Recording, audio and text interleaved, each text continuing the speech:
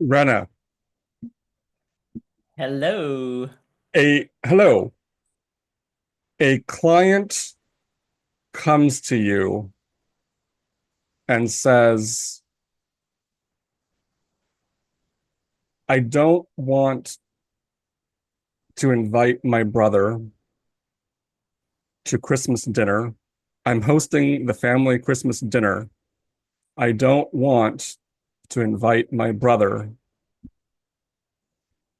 because I hate him. And my parents are criticizing me, are backlashing against me, saying I'm being selfish. I'm placing what I want above what they want and what my brother wants to be invited to the Christmas party. Uh, my whole family, 20 members, they're all text bombing me. They all want me to invite my brother. They're shaming me, saying I'm selfish for putting my desires above the family. Don't be selfish. And I backlash against my family, saying you're being selfish, mom, dad, sister, etc. You're being selfish because you're placing what you want above what I want. And they backlash and say, I'm not being selfish because my request is reasonable. It's very reasonable for me to ask you to invite your brother to Christmas. Set your issues aside, grow up, suck it up, invite your brother to Christmas. And I backlash, well, I'm not being selfish because I'm taking appropriate self care. I'm not doing anything immoral. I'm practicing self compassion. And Christine Neff said self compassion is not selfish. So this client says all that to you and says, please resolve everything for me, Rena. Well, there's a nice gift that you've just dropped in my lap. I don't know, I'll open it and we can open it together and see what we come up with on that one. Wow. So, we've been talking about working with a client. We're talking about working with a client within an organic intelligence framework and, what organic intelligence might have to say about that kind of a situation. And so I think it's helpful for us to, think about breaking that down a little bit because there's a lot that you've just named in just one experience, one event, Yeah. right? And certainly can be the case with these kinds of familial kinds of experiences, right? Because there are questions of, is there something about familial responsibility or duty or filial honor? Like these are concepts, and certainly different cultures are going to even come by them somewhat differently. But we can also kind of begin to ask the question in terms of the client, what is in truly from a rational perspective, not just an emotional perspective, right? Because of what you name for the client were a lot of emotions. And this, I hate him. Being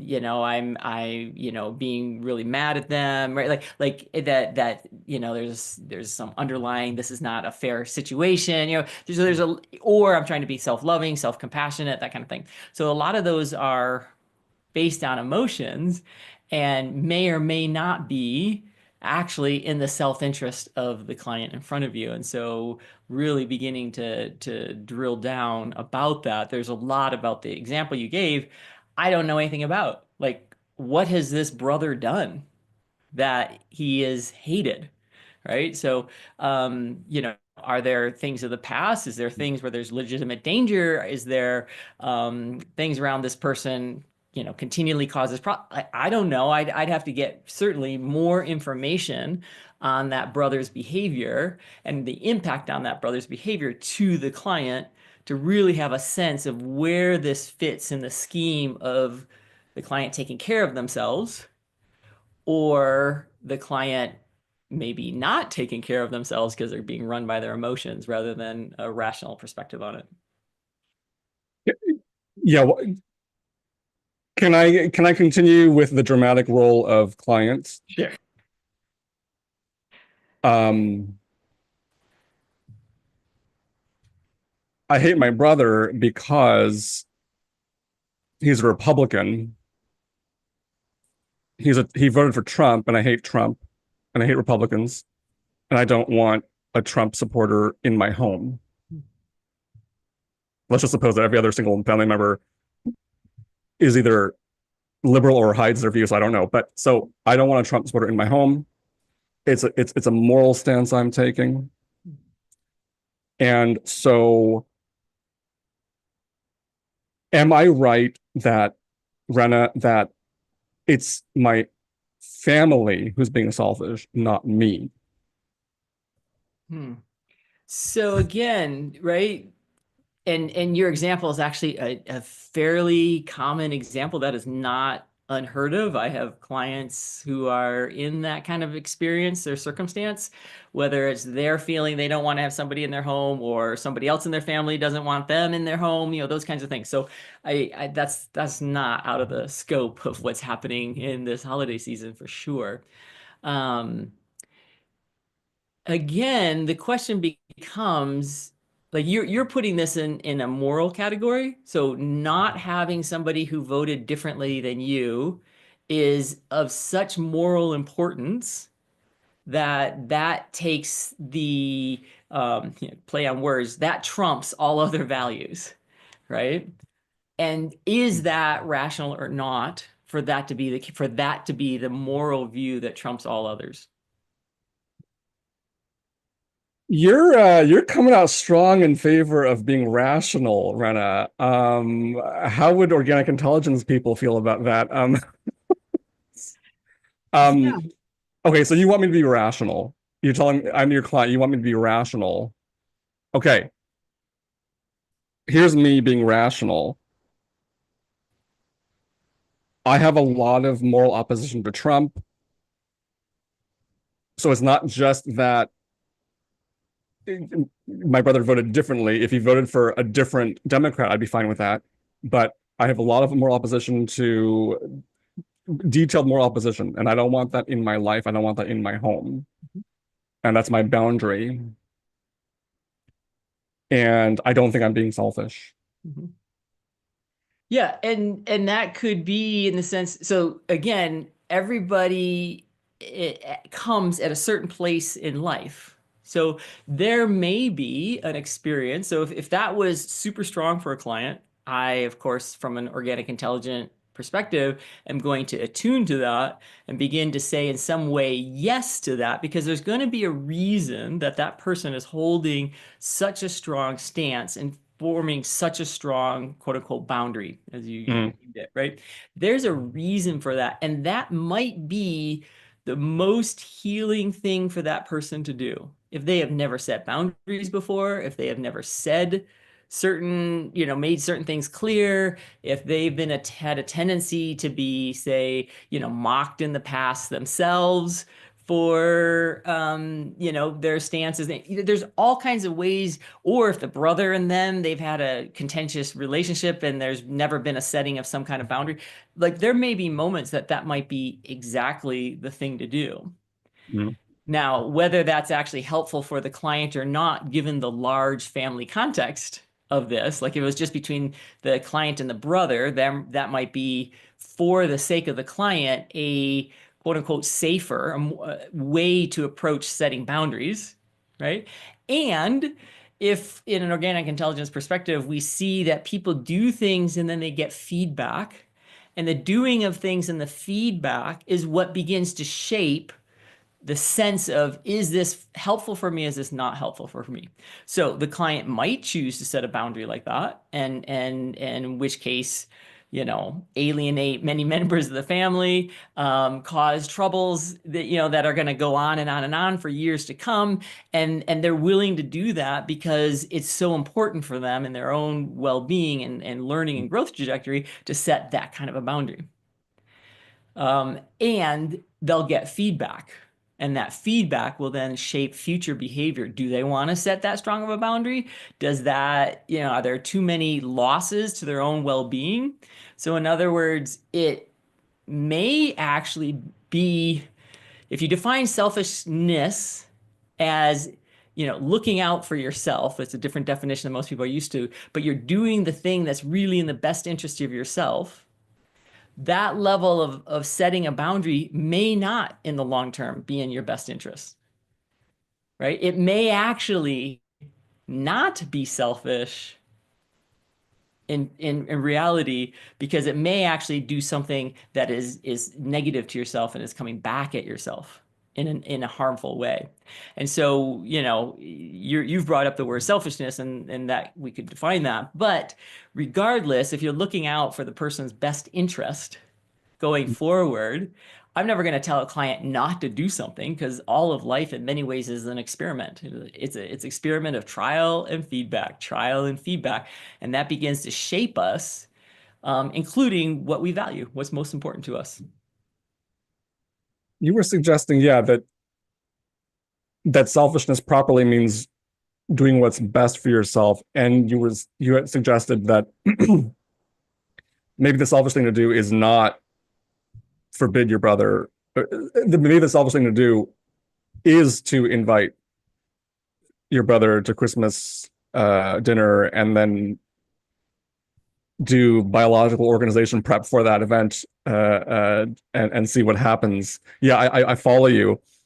And switching out of the client role and just being me for a moment, the organic intelligence coach, and me, who I am, Bach. I was thinking that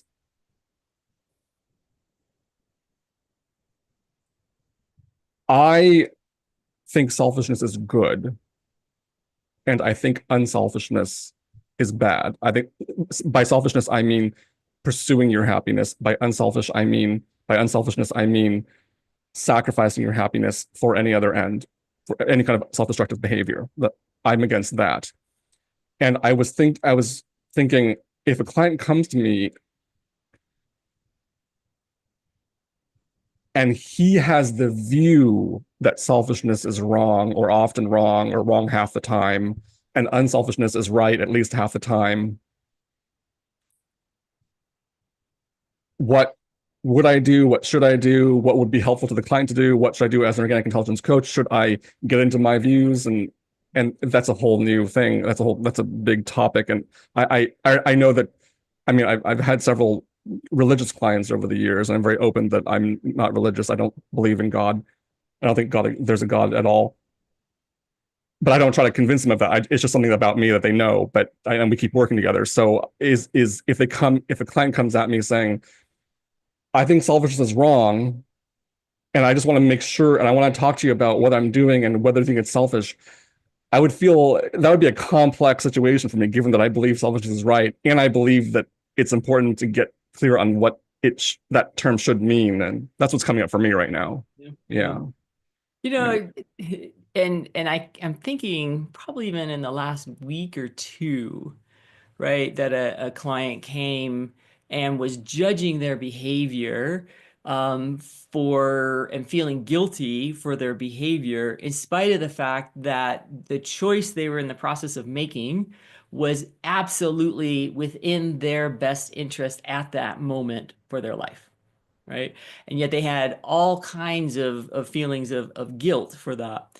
And when that's the case, that's usually been, there's a whole pattern of teaching and learning, within the family, within organizations, society, that have suggested that taking care of yourself is quote unquote selfish. I disagree with that. I think taking care of yourself is in the benefit of, and I should say selfish in a negative way. And I would say taking care of yourself is being selfish in a more positive way, right? Like that is for your good. And yet that, whether it's for your good or not, can be very hard to tease out. And it's very, I find myself, I have to be very careful that I'm not putting my view of any situation with a client onto them. Have I been guilty of doing that in the past? Absolutely. There's been times where I've had to relearn, and I got the feedback that's like, I need to keep that out of there. But if a client comes to me with that kind of sense of selfishness, feeling guilty for doing something that I think is a pro-self behavior, I'm going to spend more time not trying to change their viewpoint about selfishness. I'm going to see if we can support the elevation of what is good, what is healing, what is, pro, or in organic intelligence language, sometimes it's just the blue of the situation. Like, what is it that they're able to connect with that is positive about their behaviors, and not try to change the feelings of guilt that they feel for being selfish, right? Mm. Trying to change somebody else's feelings is usually somewhat futile. That's got something that's got to be emerging in the organic process. However, I can drop in and reflect some ideas that is different than they might have always experienced. So the fact that I don't want to give this man a ride to some event, that actually might be in the best interest of the person, even if that man could benefit from having a ride, right? There's all kinds of potential of going, either I don't feel safe, or I just don't have the bandwidth, or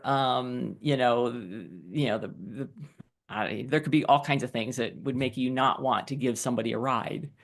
And so being able to see the pro and the benefits of that choice, I'm going to self support that, because there may be all these past voices, and they're not able to separate. They're not able to know what's their feeling in the moment and what's rational for them in the moment, and separate that from whatever that other person thinks that they need. Because ultimately, my fundamental belief is that what is of benefit to you, if it's truly a benefit to you, not just a made up idea, if it's truly a benefit to you, it's going to be a benefit to the other person too.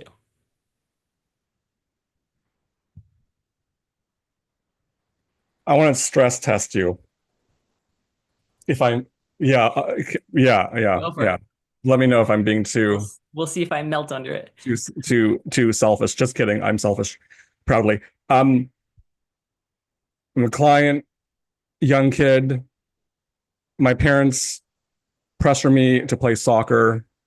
They say, "You're a Mexican. We're a Mexican family. You're Mexican. Mexican boys play soccer. You're playing soccer. I hate soccer. I want to do something else or just nothing or whatever. I'm miserable playing soccer. They're saying don't be selfish. You need to be a good Mexican boy, and Mexican boys play soccer, so you play soccer. But we're allowing you to go to an organic intelligence coach to talk things through. So, um,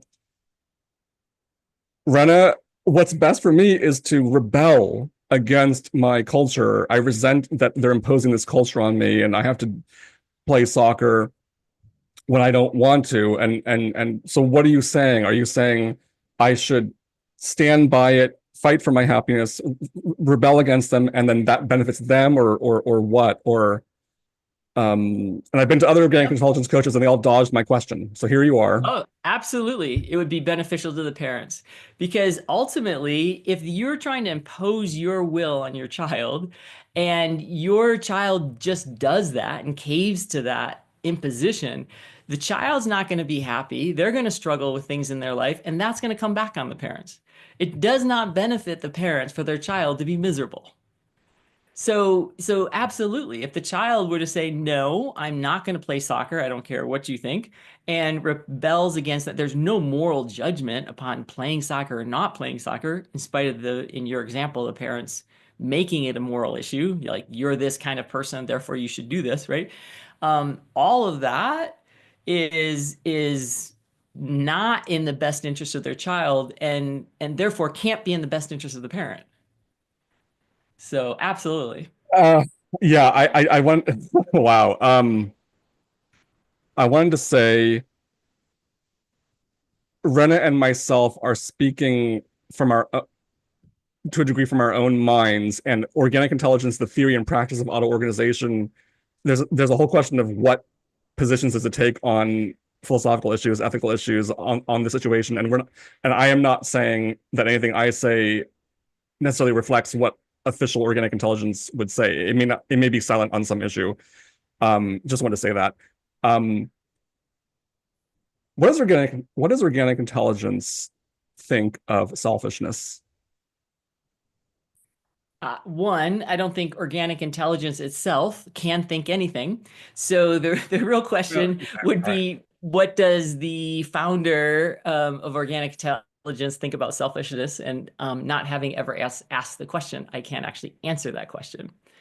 Sorry, can I interrupt you? I generally try not to, but may I interrupt and say, I'm actually the person who founded organic intelligence, Steve Hoskinson. I don't actually think I am asking, does organic intelligence, the theory and practice, have any position on selfishness? And that it may be that Steve has a position on selfishness, but that's not part of organic intelligence. So Mhm. I'm wondering, Yeah.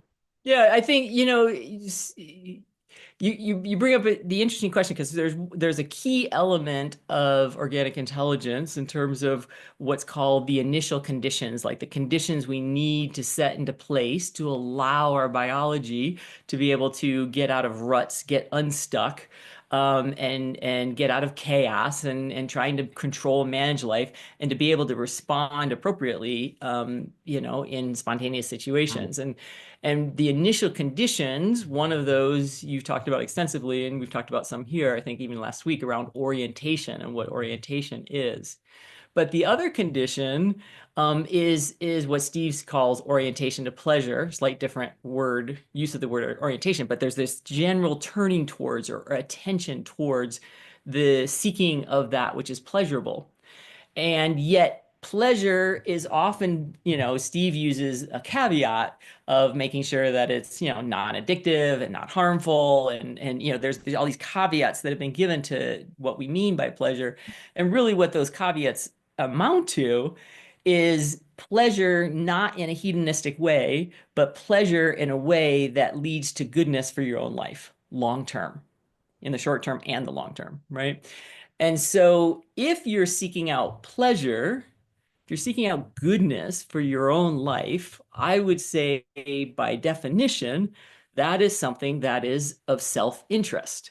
And so a redefinition that people have made in the word self-interest is like another way of saying that is selfishness, right? That when you are pursuing your own pleasure, and that is a pleasure that is not just in the short term, but is for the long term. That is a pursuit of something that is pro your life.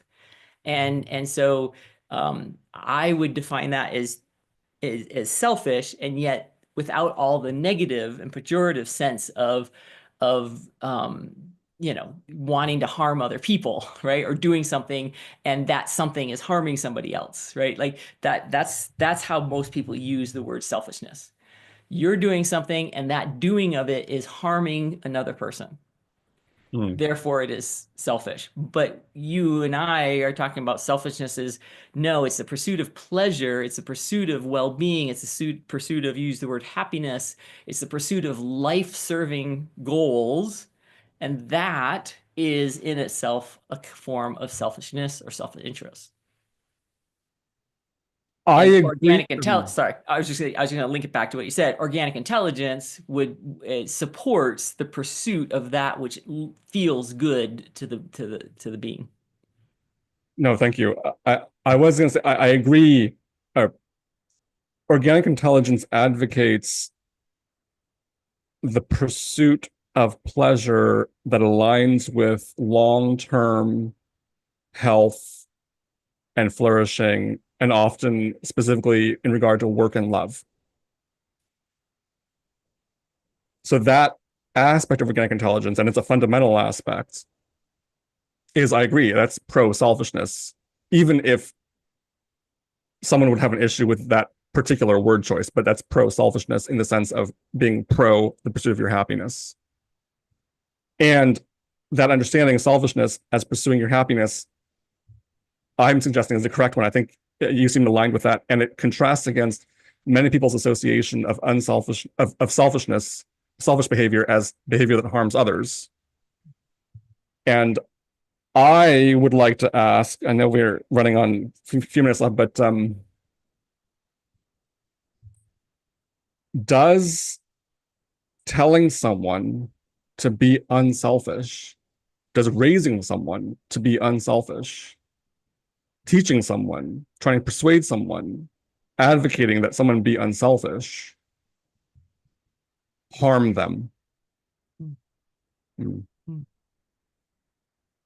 Well, like you were trying to do before, you're going to stress test me. And let me know if it's- I'm, well, I you'll let me know actually, afterwards. So, right. Again, when parents are attempting to teach their children to be unselfish, they're often really not thinking about what they mean by that term. So many people want to say, what parents are trying to say, don't harm other people, is what they're really attempting to say. And that would be a more accurate teaching, is like, we do not want to do things that actively create harm for another person.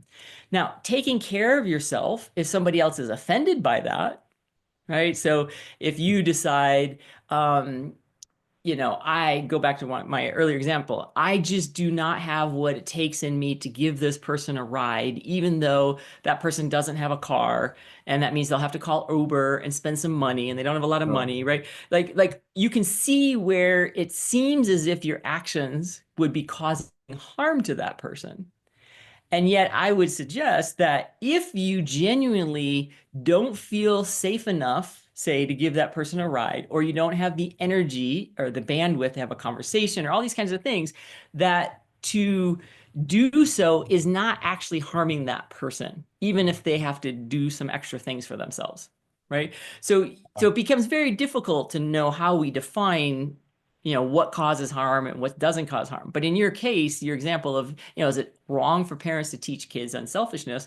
I think they're just very unthinking about that word and what it means. Because if you challenge parents, deep enough, the parents would ultimately say, and they know all the time they want their child to be the best that they can be at school, or the best that they can be at soccer, or the best that they can be at music. And, they want their child to flourish, right? And they're going to encourage them to do everything that they can to do that.